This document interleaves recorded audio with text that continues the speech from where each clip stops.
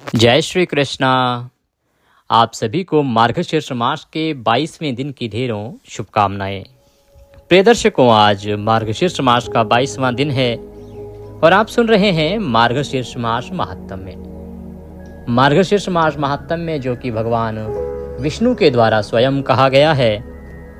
जब ब्रह्मदेव उनसे पूछते हैं मार्गशीर्ष के विषय में कि प्रभु मैं मार्गशीर्ष मास महात्म्य सुनना चाहता हूँ, क्योंकि आपने द्वापर में स्वयं कहा है कि आप स्वयं ही मार्गशीर्ष मास हैं, तो जिसको आपने अपना स्वरूप बता दिया, उस मार्गशीर्ष मास की क्या महिमा है प्रभु, और क्यों वह इतना महत्वपूर्ण है। तो भगवान नारायण स्वयं मार्गशीर्ष मास का महात्म्य ब्रह्मदेव को सुना रहे हैं और वही महात्म्य हम आपको सुना रहे हैं। अभी तक आपने सुना कि मार्गशीर्ष मास क्यों महत्वपूर्ण है, कैसे उसका धर्म कर्म का जो फल है वो कार्तिक मास से भी करोड़ गुना अधिक है। मार्गशीर्ष मास महात्म्य को सुनने का जो फल है वो करोड़ गुना अधिक है। इसी प्रकार से मार्गशीर्ष मास के दीपदान की महिमा का भी आपने श्रवण किया। मार्गशीर्ष मास में भगवान को स्नान कैसे कराएं, कैसे उनका निराजन करें, कपूर की आरती का क्या महत्व है, धूप का क्या महत्व है, कैसी धूप देनी चाहिए, कौन सी गंध लगानी चाहिए। आपने जाना कि किस प्रकार से गोपी चंदन मनुष्य के कल्याण के लिए महत्वपूर्ण है। इस प्रकार से भिन्न भिन्न पूजा की जो सामग्रियां हैं उनके विषय में भगवान नारायण ने बताया। आपने शिव शर्मा का वृतांत सुना कि कैसे शिव शर्मा और उसके 4 पुत्रों का उद्धार हुआ मार्गशीर्ष मास में भगवान नारायण की पूजा करने से। सोम शर्मा का वृतांत सुना। अभी वर्णन चल रहा था पत्नी तीर्थ के विषय में।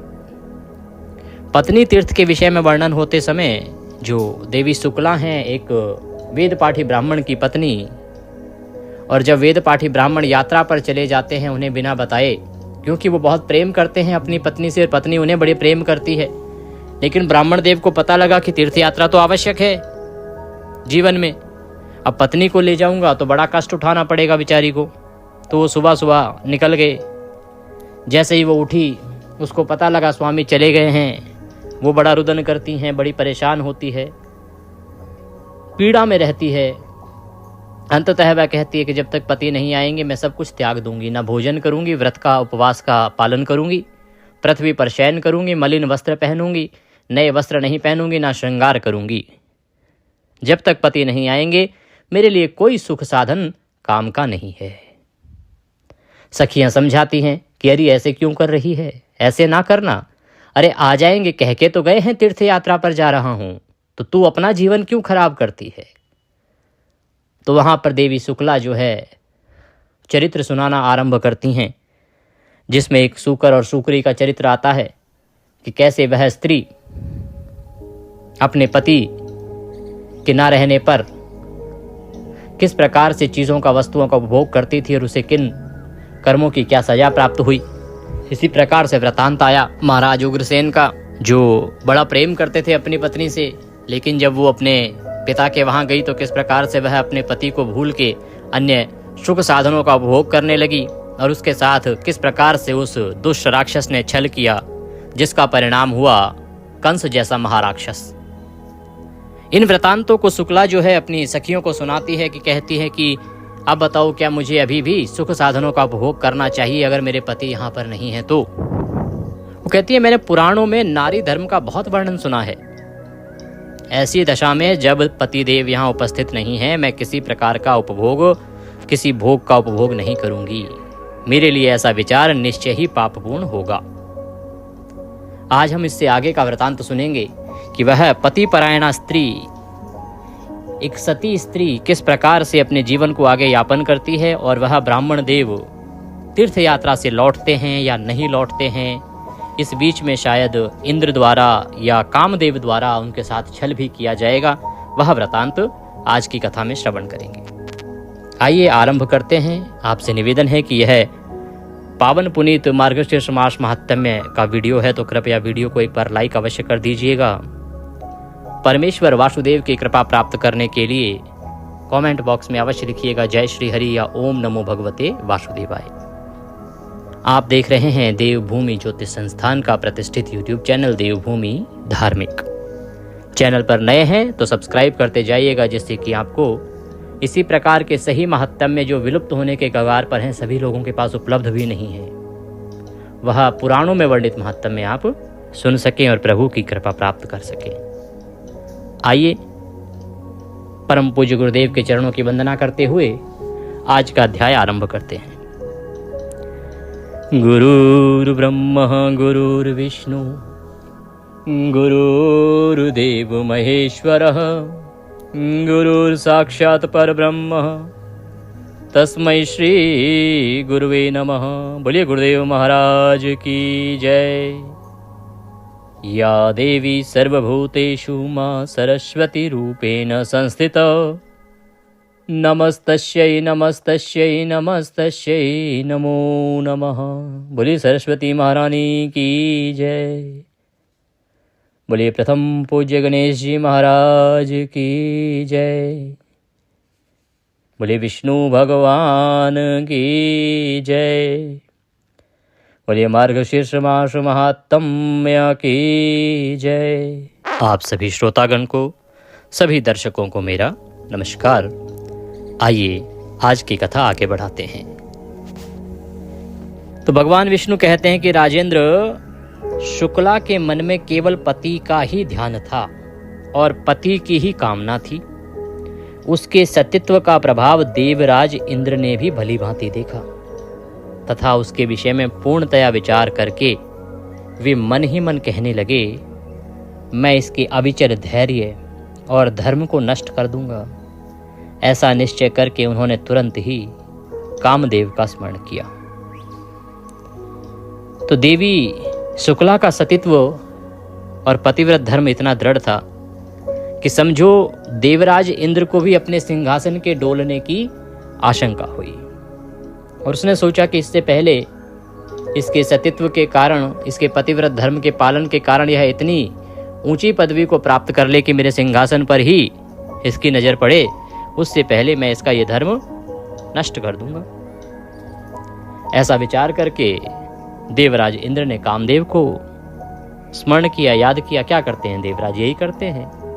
कोई तपस्वी तपस्या कर रहा है, ओहो मेरे सिंहासन को ना मांग ले, चलो बुलाओ कामदेव को या बुलाओ मेनका उर्वशी को, तपस्या भंग करते हैं। वही उन्होंने अब किया।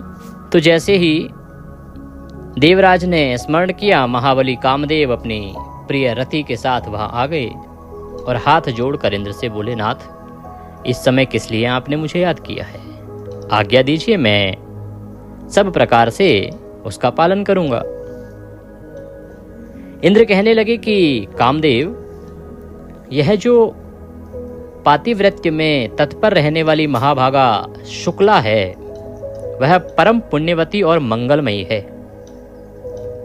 मैं इसे अपनी ओर आकर्षित करना चाहता हूं। इस कार्य में तुम मेरी पूरी तरह से सहायता करो। कामदेव ने उत्तर दिया, सहस्त्रलोचन, मैं आपकी इच्छा पूर्ति के लिए आपकी सहायता अवश्य करूंगा। देवराज, मैं देवताओं, मुनियों और बड़े बड़े ऋषिवरों को भी जीतने की शक्ति रखता हूं। फिर एक साधारण कामिनी को, जिसके शरीर में कोई बल ही नहीं होता, जीतना कौन सी बड़ी बात है? मैं कामनियों के विभिन्न अंगों में निवास करता हूं। नारी मेरा घर है, उसके भीतर मैं सदा मौजूद रहता हूं। अतः भाई, पिता, स्वजन, संबंधी या बंधु बांधव कोई भी क्यों न हो, यदि उसमें रूप और गुण है तो वह उसे देखकर मेरे बाणों से घायल हो ही जाती है। उसका चित्त चंचल हो जाता है, वह परिणाम की चिंता नहीं करती। इसीलिए देवेश्वर, शुक्ला के सतीत्व को तो अवश्य नष्ट करूंगा। यह सुन के इंद्र बोले कि मनोभव, मैं रूपवान, गुणवान और धनी बनकर कौतूहलवश इस नारी को धर्म और धैर्य से विचलित करूंगा। कामदेव से यूं कहकर देवराज इंद्र उस स्थान पर गए जहां क्रैकल वैश्य की प्यारी पत्नी शुक्ला देवी निवास करती थी। वहां जाकर वे अपने हाव भाव, रूप और गुण आदि का प्रदर्शन करने लगे। रूप और संपत्ति से युक्त होने पर भी उस पराये पुरुष पर शुक्ला दृष्टि नहीं डालती थी, परंतु वह जहां जहां जाती वहीं वहीं पहुंचकर इंद्र उसे निहारते थे। इस प्रकार सहस्त्र नेत्रधारी इंद्र अपने संपूर्ण भावों से काम जनित चेष्टा प्रदर्शित करते हुए चाह भरे हृदय से उसकी ओर देखते थे। इंद्र ने उसके पास अपनी दूती भी भेजी। वह मुस्कुराती हुई गई और मन ही मन शुक्ला की प्रशंसा करती हुई बोली, अहो, इस नारी में कितना सत्य, कितना धैर्य, कितना तेज और कितना क्षमा भाव है। संसार में इसके रूप की समानता करने वाली दूसरी कोई भी सुंदरी नहीं है। इसके बाद उसने शुक्ला से पूछा, कल्याणी, तुम कौन हो, किसकी पत्नी हो? जिस पुरुष को तुम जैसी गुणवती भार्या प्राप्त हुई है वह इस पृथ्वी पर पुण्य का भागी है। दूती की बात सुनकर मनस्विनी शुक्ला ने कहा, देवी, मेरे पति वैश्य जाति में उत्पन्न धर्मात्मा और सत्य प्रेमी हैं। उन्हें लोग क्रकल कहते हैं। मेरे स्वामी की बुद्धि उत्तम है, उनका चित्त सदा धर्म में ही लगा रहता है। वे इस समय तीर्थ यात्रा के लिए गए हैं। उन्हें गए आज 3 वर्ष हो गए।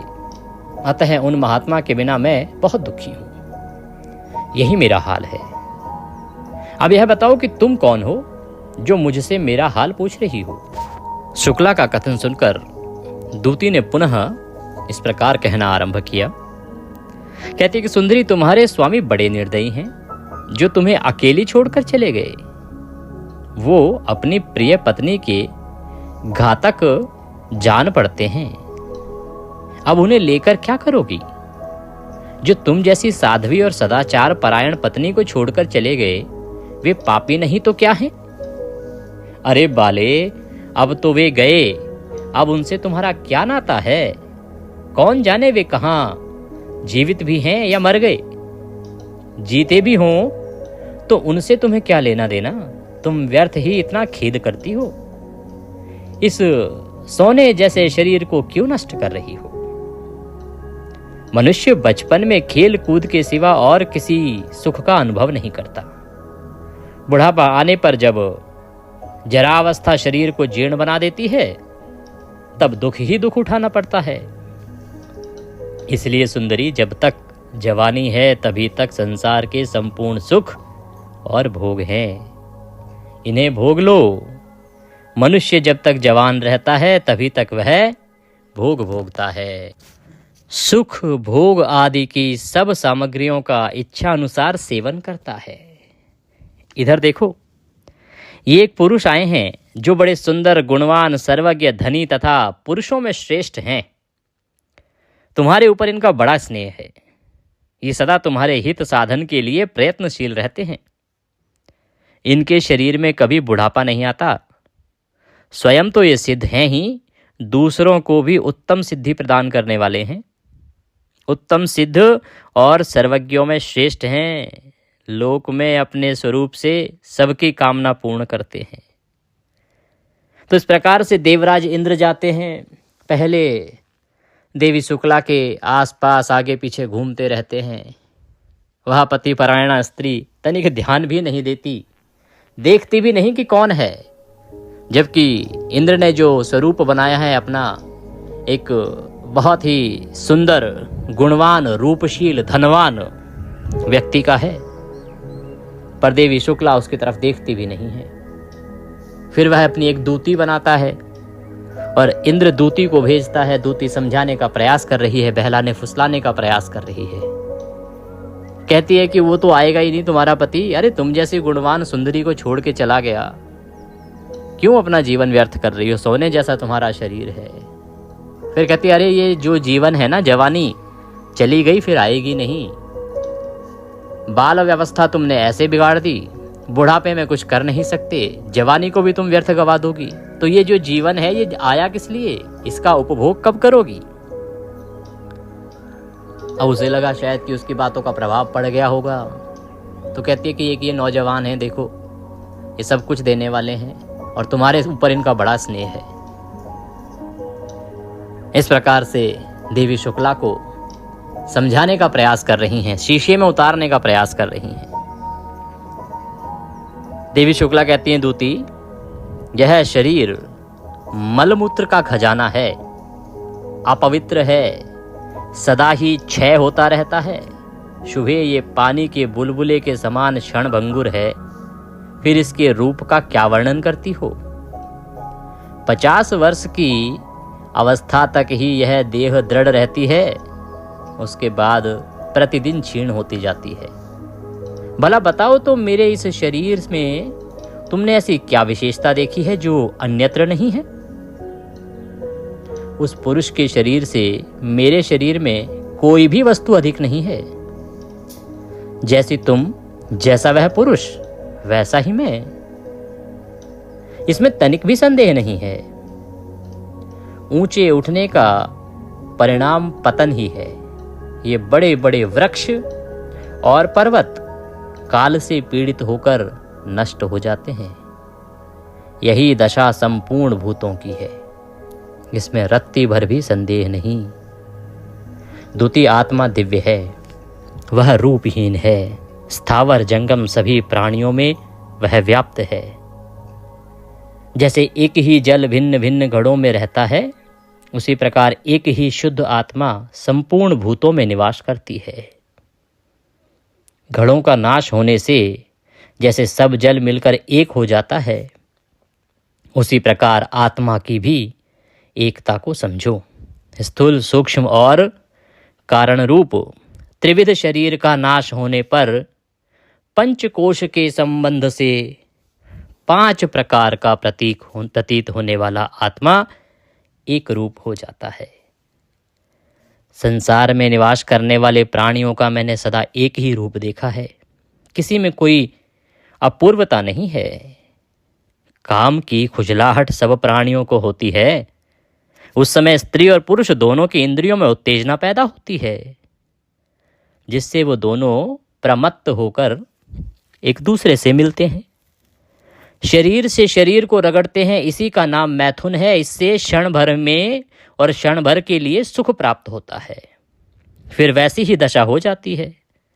दूती, सर्वत्र यही बात देखी जाती है।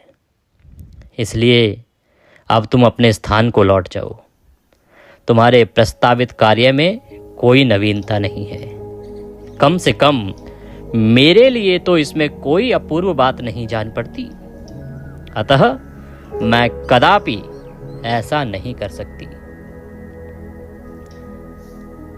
तो इसी प्रकार से देवी शुक्ला भी अब शास्त्रों की बात उसे बताती हैं, देह की बात बताती हैं, उसको शब्दों ही शब्दों में इतना लताड़ती हैं और कहती हैं कि अब तुम चली जाओ यहाँ से, क्योंकि जो तुमने कहा है वो मैं नहीं करने वाली हूँ। भगवान विष्णु कहते हैं कि शुक्ला के यूं कहने पर दूती चली गई। उसने इंद्र से उसकी कही हुई सारी बातें संक्षेप में सुना दी। शुक्ला का भाषण सत्य और धर्म से युक्त था। उसके साहस, धैर्य और ज्ञान की आलोचना करके इंद्र मन ही मन सोचने लगे, इस पृथ्वी पर दूसरी कोई स्त्री ऐसी नहीं है जो इस तरह की बात कह सके। इसका वचन योग स्वरूप, निश्चयात्मक तथा ज्ञान रूपी जल से प्रक्षालित है। इसमें संदेह नहीं कि यह महाभागा शुक्ला परम पवित्र और सत्य रूपा है। यह समस्त त्रिलोकी को धारण करने में समर्थ है। यह विचार कर इंद्र ने कामदेव से कहा, अब मैं तुम्हारे साथ क्रकल पत्नी शुक्ला को देखने चलूंगा। कामदेव को अपने बल पर बड़ा घमंड था। वह जोश में आकर इंद्र से बोला, देवराज, जहां वह पतिव्रता रहती है उस स्थान पर चलिए। मैं अभी चलकर उसके ज्ञान, वीर्य, बल, धैर्य, सत्य और पातिव्रत्य को नष्ट कर डालूंगा। उसकी क्या शक्ति है जो मेरे सामने टिक सके। कामदेव की बात सुनकर इंद्र ने कहा, काम, मैं जानता हूं यह पतिव्रता तुमसे परास्त होने वाली नहीं है। यह अपने धर्म में पराक्रम से सुरक्षित है। इसका भाव बहुत सच्चा है। यह नाना प्रकार के पुण्य किया करती है। फिर भी मैं यहाँ से चलकर तुम्हारे तेज बल और भयंकर पराक्रम को देखूंगा। यह कहकर इंद्र धनुर्धर वीर कामदेव के साथ चले। उनके साथ काम की पत्नी रति और दूती भी थी। वह परम पुण्यमयी पतिव्रता अपने घर के द्वार पर अकेली बैठी थी और केवल पति के ध्यान में तन्मय हो रही थी। वह प्राणों को वश में करके स्वामी का चिंतन करती हुई विकल्प शून्य हो उनका विचार कर रही थी। कोई भी पुरुष उसकी स्थिति की कल्पना नहीं कर सकता था। उस समय इंद्र अनुपम तेज और सौंदर्य से युक्त विलास तथा हाव भाव से सुशोभित अत्यंत अद्भुत रूप धारण करके शुक्ला के सामने प्रकट हुए।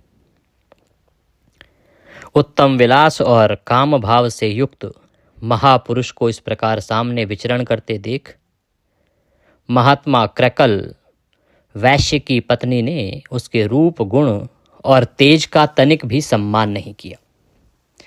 जैसे कमल के पत्ते पर छोड़ा हुआ जल उस पत्ते को छोड़कर दूर चला जाता है, उसमें ठहरता नहीं, उसी प्रकार वह सती भी उस पुरुष की ओर आकृष्ट नहीं हुई। महासती शुक्ला का तेज सत्य की रज्जु से आबद्ध था। उस पुरुष की दृष्टि से बचने के लिए वह घर के भीतर चली गई और अपने पति में ही अनुरक्त हो उन्हीं का चिंतन करने लगी। इंद्र शुक्ला के शुद्ध भाव को समझकर सामने खड़े हुए। कामदेव से बोले, इस सती ने सत्य रूप पति के ध्यान का कवच धारण कर रखा है। तुम्हारे बाण इसे चोट नहीं पहुंचा सकते, अतः शुक्ला को परास्त करना असंभव है। यह पतिव्रता अपने हाथ में धर्मरूपी धनुष और ध्यान रूपी उत्तम बाण लेकर इस समय रणभूमि में तुमसे युद्ध करने को उद्यत है। अज्ञानी पुरुष ही त्रिलोकी के महात्माओं के साथ वैर बांधते हैं। कामदेव, इस सती के तप का नाश करने से हम दोनों को अनंत एवं अपार दुख भोगना पड़ेगा। इसलिए अब हमें इसे छोड़कर यहां से चल देना चाहिए। तुम जानते हो, पहले एक बार मैं सती के साथ समागम करने का पापमय परिणाम असह्य दुख भोग चुका हूं। महर्षि गौतम ने मुझे भयंकर श्राप दिया था। आग की लपटों को छूने का साहस कौन करेगा? कौन ऐसा मूर्ख है जो अपने गले में भारी पत्थर बांधकर समुद्र में उतरना चाहेगा? तथा जिसको कौन है, किसको मौत के मुख में जाने की इच्छा है? जो सती स्त्री को विचलित करने वाला या सती स्त्री को विचलित करने का प्रयत्न करेगा। इंद्र ने कामदेव को उत्तम शिक्षा देने के लिए बहुत ही नीति युक्त बात कही। उसे सुनकर कामदेव ने इंद्र से कहा, सुरेश, मैं तो आपके ही आदेश से यहां आया था। अब आप धैर्य, प्रेम, पुरुषार्थ का त्याग करके ऐसी पौरुषहीनता और कायरता की बातें क्यों करते हैं? पूर्व काल में मैंने जिन जिन देवताओं, दानवों और तपस्या में लगे हुए मुनीश्वरों को परास्त किया है, वे सब मेरा उपहास करते हुए कहेंगे कि यह कामदेव बड़ा डरपोक है। एक साधारण स्त्री ने इसको क्षण भर में परास्त कर दिया। इसलिए मैं अपने सम्मान रूपी धन की रक्षा करूंगा और आपके साथ चलकर इस सती के तेज बल और धैर्य का नाश करूंगा। आप डरते क्यों हैं? तो जब देवराज इंद्र दोबारा गए, वो समझ गए कि ये जो पति परायणा है शुक्ला, इसको परास्त करना संभव नहीं है। उन्होंने समझाया कामदेव को कि यहां से वापस चलो, इसका कोई लाभ नहीं जो तुम सोच रहे हो कि तुम उसको परास्त करो। उत्तम होगा कि तुम यहां से चलो और इसको परास्त करने का हठ छोड़ दो। तो कामदेव कहते हैं, भाई देखो, मैं आया तो आपके आज्ञा से ही था, लेकिन अगर मैं यहां से वापस जाता हूं तो बाकी जो लोग हैं वो सब तो हंसेंगे मेरे ऊपर कि कामदेव एक साधारण स्त्री से परास्त हो गया।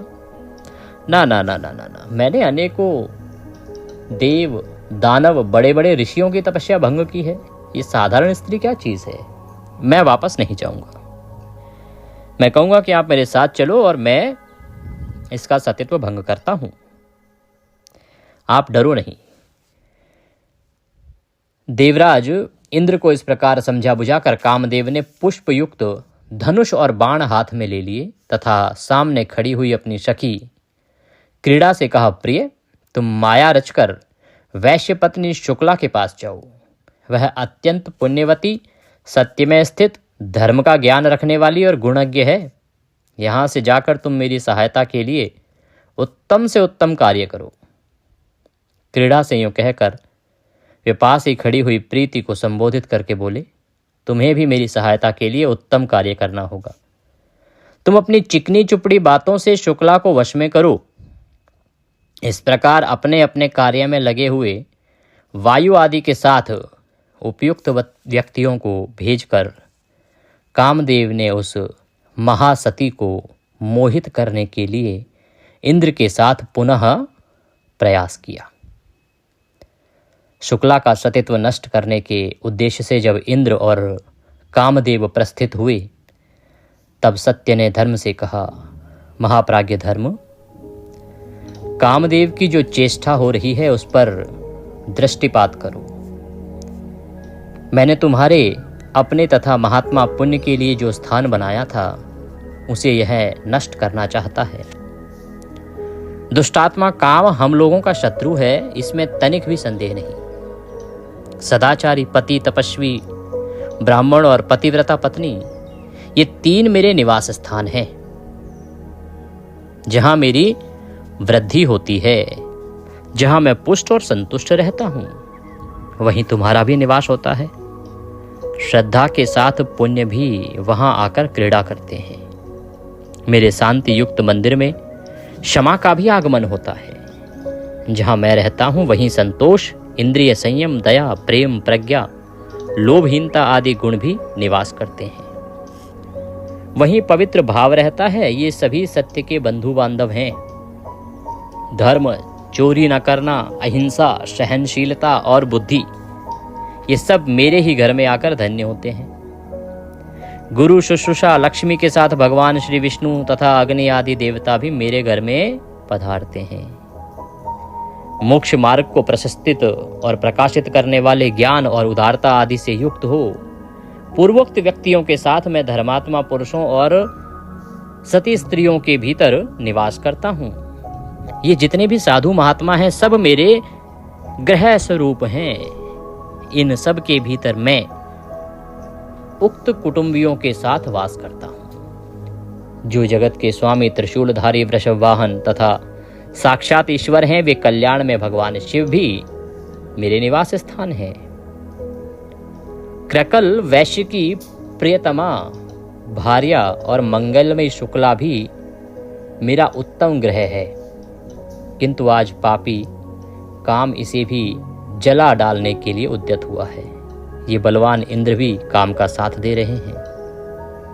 काम की ही करतूत से अहल्या का संग करने पर एक बार जो हानि उठानी पड़ी है, उस प्राचीन घटना का उन्हें स्मरण क्यों नहीं होता? सती के सतीत्व का नाश करने से ही उन्हें महान दुख से और महान दुख में पड़कर दुस्सह श्राप का उपभोग करना पड़ा था। फिर भी आज कामदेव के साथ आकर ये धर्मचारिणी क्रकल पत्नी शुक्ला का अपहरण करने के लिए क्यों उतारू है? तो जो ज्ञान है वो धर्म से कहते हैं कि भाई मेरा तो निवास स्थान ही यही है। सदपुरुष, भक्ति करने वाले, और इन्हीं को ये काम जो है वो खराब करना चाहता है। और इस इंद्र को क्या हो गया है भाई? इसको ज्ञात नहीं है क्या कि पहले कैसे अहिल्या के संग जब इसने इस प्रकार से किया था तो कितना घोर पाप लगा और कैसे श्राप के कारण पीड़ित हुआ था ये। फिर भी आज ये सब करने आ गया। धर्म ने कहा कि मैं काम का तेज कम कर दूंगा यदि मैं चाहूं तो। उसकी मृत्यु का भी कारण उपस्थित कर सकता हूं। मैंने एक ऐसा उपाय सोच लिया है जिससे यह काम आज ही भाग खड़ा होगा। यह महाप्रज्ञा पक्षिणी का रूप धारण करके शुक्ला के घर जाए और अपने मंगलमय शब्द से उसको स्वामी के शुभ आगमन की सूचना दे। धर्म के भेजने से प्रज्ञा शुक्ला के घर में गई और वहां मंगलजनक शब्द का उच्चारण किया। शुक्ला ने धूप गंध आदि के द्वारा उसका समादर और पूजन किया तथा सुयोग्य ब्राह्मण को बुलाकर पूछा, इस शकुन का क्या तात्पर्य है? मेरे पतिदेव कब आएंगे? तो ब्राह्मण ने कहा, बद्रे, यह शकुन तुम्हारे स्वामी के शुभ आगमन की सूचना दे रहा है। वे 7 दिन से पहले यहां अवश्य आ जाएंगे, इसमें अंतर नहीं हो सकता। ब्राह्मण का यह मंगलमय वचन सुनकर शुक्ला की बड़ी उत्सुकता बढ़ी और शुक्ला को बड़ी प्रसन्नता हुई। उधर कामदेव की भेजी हुई क्रीड़ा सती स्त्री का रूप धारण करके उस सुंदरी पतिव्रता के घर गई। तो अब जैसे ही इंद्र और कामदेव की वार्तालाप चल रही थी, उनका जो प्रयोजन जान लिया धर्म ने और सत्य ने, तो उन्होंने विचार किया कि अगर ये दुष्ट इसी प्रकार से करते रहेंगे तो इस संसार से धर्म, सत्यता, भक्ति तो नष्ट हो जाएगी। ये तो भक्त को भक्ति करने नहीं देते, सबको काम बाण चला के और कामातुर कर देते हैं। तो इस बार हमें कुछ करना ही पड़ेगा। तो धर्म ने क्या किया कि एक महाप्रज्ञा को पक्षी का रूप धारण करके भेज दिया और बताया उसको कि उसके पति जो हैं अब आने ही वाले हैं। उधर कामदेव ने जिसको भेजा था वह भी, जो क्रीड़ा है वह भी सती का, एक सती स्त्री का रूप धारण करके उस शुक्ला के घर चली गई। उस रूपवती नारी को आई देख शुक्ला ने आदरयुक्त वचन कहकर उसका सम्मान किया और अपने को धन्य माना। उसकी पुण्यमय वाणी से पूजित होकर क्रीड़ा मुस्कुराती हुई बातचीत करने लगी। उसका माया में वचन विश्व को मोहित करने वाला था। सुनने पर सत्य और विश्वास के योग्य जान पड़ता था। क्रीड़ा बोली, देवी, मेरे स्वामी बड़े बलवान, गुणज्ञ, धीर तथा अत्यंत गुणात्मा हैं और अत्यंत पुण्यात्मा हैं, परंतु मुझे छोड़कर न जाने कहां चले गए हैं। वह मेरे पूर्व जन्म के कर्मों का फल है जो आज इस रूप में सामने आया है। मैं कैसी मंदभागिनी हूं महाभागे। नारियों के लिए रूप, सौभाग्य, श्रृंगार, सुख और संपत्ति सब कुछ पति ही है, यही शास्त्रों का मत है। पतिव्रता शुक्ला ने क्रीड़ा की ये सारी बातें सुनी। उसे विश्वास हो गया कि यह सब कुछ इस दुखनी नारी के हृदय का सच्चा भाव है। वह उसके दुख से दुखी हो गई और अपनी बातें भी उसे बताने लगी। उसने पहले का अपना सारा हाल थोड़े में कह सुनाया। अपने दुख सुख की बात बताकर मनस्विनी शुक्ला चुप हो गई। तब क्रीड़ा ने उस पतिव्रता को सांत्वना दी और बहुत कुछ समझाया बुझाया। तदंतर एक दिन उसने शुक्ला से कहा, सखी देखो, वह सामने बड़ा सुंदर वन दिखाई दे रहा है। अनेकों दिव्य वृक्ष उसकी शोभा बढ़ा रहे हैं। वहां एक परम पवित्र पापनाशन तीर्थ है। वरानने, चलो हम दोनों भी वहां पुण्य संचय करने के लिए चलें। यह सुनकर शुक्ला उस मायामय स्त्री के साथ वहां जाने को राजी हो गई। उसने वन में प्रवेश करके देखा तो उसे ऐसा प्रतीत हुआ मानो उसमें नंदन वन की शोभा उतर आई है। सभी ऋतुओं के फूल खिले थे। सैकड़ों कोकिलों के कलरव से सारा वन प्रांत गूंज रहा था। माधवी, लता, माधव, वसंत, इन सब ने उस उपवन की शोभा को सब भावों से परिपूर्ण बनाया था। शुक्ला को मोहित करने के लिए ही उसकी सृष्टि की गई थी, अर्थात उसकी रचना की गई थी। उसने क्रीड़ा के साथ सबके मन को भाने वाले उस वन में घूम घूम कर अनेकों दिव्य कौतुक देखे। इसी समय रति के साथ काम और इंद्र भी वहां आए। इंद्र संपूर्ण भोगों के अधिपति होकर भी काम क्रीड़ा के लिए व्यग्र थे। उन्होंने कामदेव को पुकार कर कहा, लो, यह शुक्ला आ गई, क्रीड़ा के आगे खड़ी है। इस महाभागा सती पर प्रहार करो। कामदेव बोला, सहस्त्रलोचन, लीला और चातुरी से युक्त अपने दिव्य रूप को प्रकट कीजिए, जिसका आश्रय लेकर मैं इसके ऊपर अपने 5 बाणों का पृथक पृथक प्रहार करूंगा। त्रिशूलधारी महादेव ने मेरे रूप को पहले ही हर लिया। मेरा शरीर है ही नहीं, जब मैं किसी नारी को अपने बाणों का निशाना बनाना चाहता हूँ, उस समय पुरुष शरीर का आश्रय लेकर अपने रूप को प्रकट करता हूँ। इसी तरह पुरुष पर प्रहार करने के लिए मैं नारी देह का आश्रय लेता हूँ। पुरुष जब पहले पहल किसी सुंदरी नारी को देखकर बारंबार उसका चिंतन करने लगता है, तब मैं चुपके से उसके भीतर घुसकर उसे उन्मत्त बना देता हूँ। स्मरण चिंतन से मेरा प्रादुर्भाव होता है, क्योंकि मेरा नाम स्मर हो गया है। आज मैं आपके रूप का आश्रय लेकर इस नारी को अपनी इच्छा के अनुसार नचाऊंगा। यूं कहकर कामदेव इंद्र के शरीर में घुस गया और पुण्यमयी क्रकल पत्नी सती शुक्ला को घायल करने के लिए हाथों में बाण ले उत्कंठा पूर्वक अवसर की प्रतीक्षा करने लगा। वह उसके नेत्रों को ही लक्ष्य बनाए बैठा था। तो जब उसकी माया रूपी क्रीड़ा वहां गई, उसने अच्छे से बहलाया फुसलाया। पहले तो वो स्वयं भी देवी शुक्ला के सामने उसी प्रकार से रोई कि उसका पति भी उसे छोड़ के चला गया है। अब उसके भाव ऐसे थे कि देवी शुक्ला को यही लगा कि ये भी बेचारी पीड़ित है। फिर उसने कहा कि वहां पर एक उपवन है, वहां पर पापों का नाश होता है, चलो वहां भगवान की भक्ति करते हैं। तो बेचारी शुक्ला चली गई उसके साथ। अब जैसे ही वहां पहुंची हैं तो वहां तैयार हैं कामदेव, इंद्र और रति। तो कामदेव कहते हैं कि मुझे किसी के शरीर का सहारा चाहिए, क्योंकि भगवान शंकर ने मेरा शरीर नष्ट कर दिया। अब यदि स्त्री के साथ कुछ करना है तो पुरुष के शरीर का सहारा लेता हूं, और पुरुष के साथ कुछ करना है तो स्त्री के शरीर का सहारा लेता हूं। तो इसीलिए अब मैं इस शरीर का सहारा लेकर बाण चलाऊंगा। तो वो इंद्र के शरीर में प्रवेश करता है और देवी शुक्ला के नेत्रों को लक्ष्य बनाता है, और इस प्रकार से वह एक एक करके 5 बाण चलाने का प्रयत्न करता है। बोले विष्णु भगवान की जय। इसे आगे का वृतांत हम कल श्रवण करेंगे। आगे का वृतांत अगले अध्याय में आएगा। तो कल ज्ञात होगा कि कामदेव विजयी होते हैं या देवी शुक्ला का सतीत्व विजयी होता है। इंद्र को क्या श्राप मिलता है, कामदेव को क्या श्राप मिलता है, क्या वह सती सावित्री शुक्ला अपने पतिव्रत धर्म को बचा पाती है, या कामदेव और इंद्र के जाल से उसका पातिव्रत्य धर्म नष्ट हो जाता है। बड़ा ही महत्वपूर्ण प्रसंग चल रहा है। इसका वर्णन आता है पत्नी तीर्थ में। आगे का वृतांत कल श्रवण करेंगे।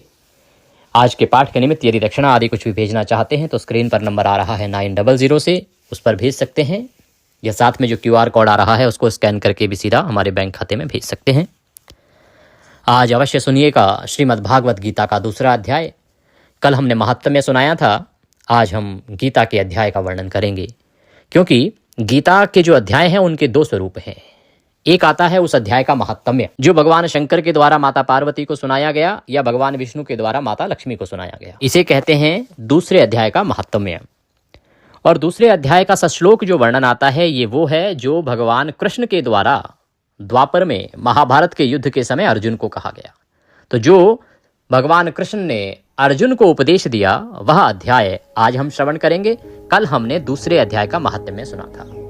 मैं आपको दोनों ही प्रसंग साथ लेकर चल रहा हूं, जिससे आप उस अध्याय का महात्म्य भी सुन पाएं और जो भगवान कृष्ण के द्वारा उपदेश दिया गया गीता में उस अध्याय का भी श्रवण कर पाएं। तो उसका भी लाभ लीजिएगा, और जो विष्णु पुराण हमारा चल रहा है उसको भी अवश्य श्रवण कीजिएगा। मार्गशीर्ष मास अपने समापन की ओर है, बहुत थोड़ा समय बचा है। इसमें जितने पुराण आप सुन लेंगे, जितनी भक्ति कर लेंगे उतना उत्तम है। और ध्यान दीजिएगा, अंतिम कुछ दिन बचे हैं। भगवान नारायण को जल से या दूध से शंख के माध्यम से स्नान कराना आरंभ कीजिए। इसका फल पुराणों में बहुत अधिक बताया है। स्वयं नारायण ने वर्णन किया है कि इसका एक एक बूंद आपको 1,000 वर्ष तक वैकुंठ देती है। इस प्रकार से अनंत फल भगवान नारायण ने कुल मिला के इसका बताया है। तो आप जल से स्नान कराएं, दूध से स्नान कराएं, शहद से स्नान कराएं, जैसे भी हो, पर शंख से स्नान अवश्य कराएं, शंख में डाल के। ये सब आज की कथा में इतना ही। कुछ और पूछना चाहें, कहना चाहें तो कमेंट बॉक्स में लिख के पूछ लीजिएगा। कुछ हमारे दर्शकों ने ब्राह्मण कन्या के विवाह के निमित्त जो राशि भेजी है उसकी जानकारी हमारे पास है। हम 27 तारीख के वीडियो में उन सभी के नाम प्रकाशित करेंगे। अगर आप भी कोई सहयोग राशि आदि भेजना चाहते हैं तो ब्राह्मण कन्या का विवाह है 29 को, तो आप उससे पहले हमारे नंबर पर संपर्क करके भेज सकते हैं। सहयोग जो भी आप देना चाहें वो आप अपनी श्रद्धा के अनुसार दे सकते हैं। भगवान सब पर कृपा करें। हरे कृष्ण।